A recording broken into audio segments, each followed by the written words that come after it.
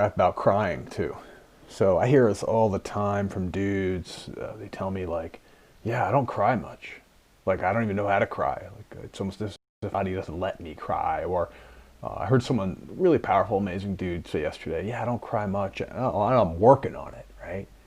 And then there's certainly some men that are still trapped in the man box of toxic masculinity and I want to say historical masculinity, right? Because maybe it's not all toxic, but it is historical. It is maybe somewhat traditional, if we're looking at tradition based on the last few hundred years. Anyway, but I was in a room yesterday of 25 badasses. I'm in this group of amazing business owners, CEOs, executives, leaders in the world, called Cadre. It's fantastic. I love it. And we did this reflection yesterday as part of something called Reset for January for 2020 to get our goals in alignment for our life. And one of the very first things we did was we were asked to access gratitude and to sit with gratitude, just one thing that we're grateful for from 2019, and to sit with it for 60 seconds. To close our eyes and just be there. And the truth is, within about 6 seconds, I was crying. Now, it wasn't this big, huge sob that some people think of when they think of crying, but a few tears really released. I was able to feel it. I was able to access it. I was able to touch the gratitude in my heart and my mind and my body very quickly and very easily. What's up, Lewis? How you doing, man? But that's something that took a long time to cultivate, is this quick access to tears, tears of sadness, tears of joy, and sometimes just tears that come up because something is meaningful. I explained it, man. You got to go back to the beginning of the video, 2 minutes back, all right? But I explained it. So anyway, I find myself just tearing up in this moment, and I'm not only grateful for the thing that I felt grateful for, which was my family. I started thinking about my parents and my niece and my nephew and my sisters and their husbands, and how the fact that we're all together, we're all local. It's pretty amazing. So anyway, I started accessing these tears of joy, and I realized that these tears of joy are actually one of the things that help me feel and live into my power, that help me create the life that I want. Because a lot of the time we are not capable of accessing true gratitude, so we're not able to own the things that are amazing in our lives.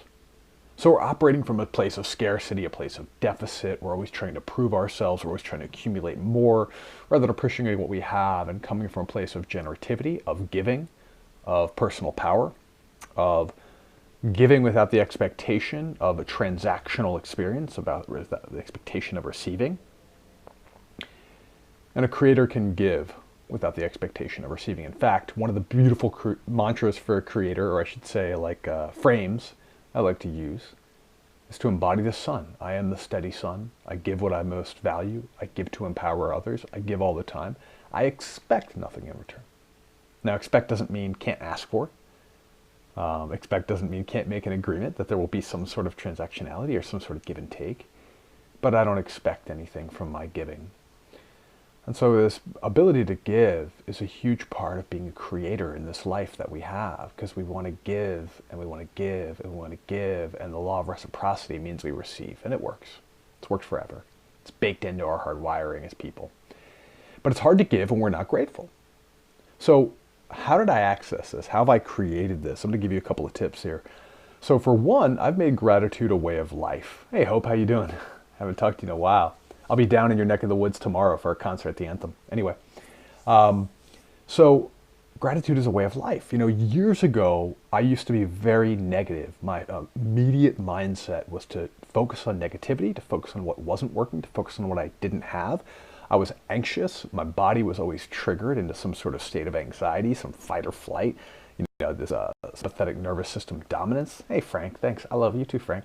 But anyway, I used to be this way, and what I would do is I would practice gratitude. I was taking this like dating coaching online program with 90 other people in this 3-month program, and one of the practices that the teacher taught us was to do a daily gratitude practice. And so for about 6 years, I would do a daily journaling of gratitude.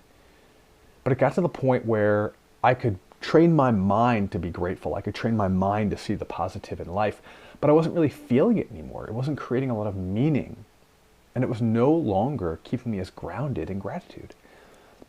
So about a year ago, I changed my practice. I changed my practice to where at the end of my meditation, I just simply look up into the sky, and you can thank whoever you want, the universe, God, spirit, yourself. It doesn't matter, right? Just thank some force in the universe, in the world, for what you have.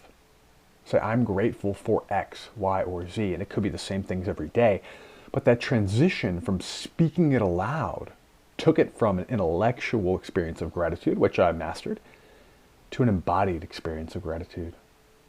And I want to say there's a lot of people out there in the world that can feel great gratitude in their bodies and in their emotions, but they don't necessarily know how to train their mind to see what's powerful and positive and grateful, and they don't necessarily know how to shower others with gratitude, appreciation, and love and blessing. And there are people who have the capacity to see the positive, to see the silver lining, but eventually becomes a spiritual bypass. And it actually can be very dominating of others when we just tell them to look at the silver lining, to look at the positive. What are you grateful for? When we ask them that in moments of tragedy or setback, or moments of pain or sadness or loss. Trust me, I was that guy. And it made some of my relationships taxed. It made it hard for certain people to be around me at times. For many reasons, we won't go into them all now. But you have this capacity in you. And to be a creator, to be someone who gives and creates the life that they want and generates for others and therefore receives plenty for themselves, I challenge you to cultivate both.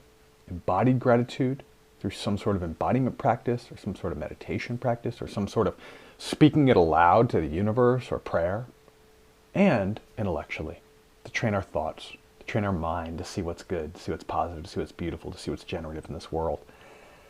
And then we have much more access to our powerful generativity, to our creation, to our ability to create the life we want in the sun. So I challenge you to actually get so good at gratitude that you can cry, that you just cry when you think about all the beautiful things in your life, that you can access joy so deeply. And of course, that also means training yourself to access grief deeply. That's a whole other thing. That's what I work with my clients on a lot of the time, is accessing our emotions, emotional competence. Not only the capacity to understand them physically, but to actually feel them, or I should say understand them intellectually, but to feel them. So that's what I got for you today. Think about how beautiful it might be if a year from now you could be in a room of badass people and you were so grounded in your own belief of your own value. You didn't care what other people think. You value emotional expression. You value gratitude so much that when someone asks you to close your eyes and think about what you're grateful for, you can tear up and enjoy it. So just for today, I want to actually challenge you. Can you practice gratitude in a moment of tension, frustration, disagreement, anger, resentment, fear, sadness? Can you ask yourself, well, what am I grateful for? And then can you close your eyes and just take a breath and actually feel it? It won't solve all your problems.